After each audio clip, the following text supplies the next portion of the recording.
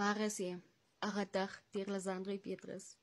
Ek het na jou gaan soek in die veld. Ek het na jou geroep. Waar is jy? Ek hoor nie jou stem. Ek sien nie jou nie. Jy het so sand deur my hande geglei. Ek roep na jou. Ek kan nie vrede maak met jou stilte. Ek is beswype. Die eerste is as het stil gaan begin raak. Kan jy uitsteek? As jy daarom gelukkig? Lag jy daarom weer? Jy het nooit daarvan gehou as ek gehuil het. Maar jou stilte maak geraas. Mis jy my soos ek jou mis? Soek jy na my soos ek na jou soek? Hier is geen teken van jou nie. Jy het my soos 'n spieël gelos. Nie net enige spieël, 'n gebrookte een. Met 'n leemte so groot soos die paradam op die plas. Kom terug asseblief. Ek is op soek na jou in die veld. Kom hou my hand nog 1 uur. 'n uur om my laaste groete opreg te sê. My trane het ons plan gered, want jou ligstrale is nie meer so helder nie. Is jy nog hier? Luister jy nog na my?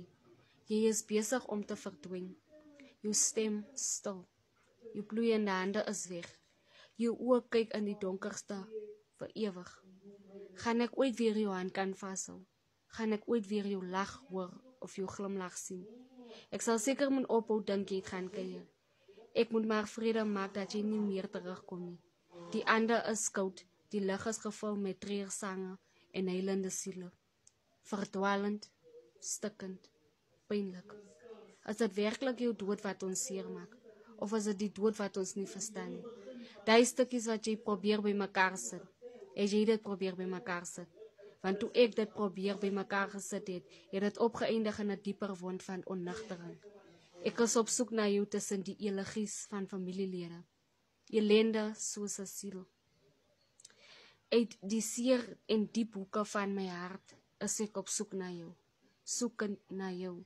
Soekend na jou stem. Soekend na jou hartklop.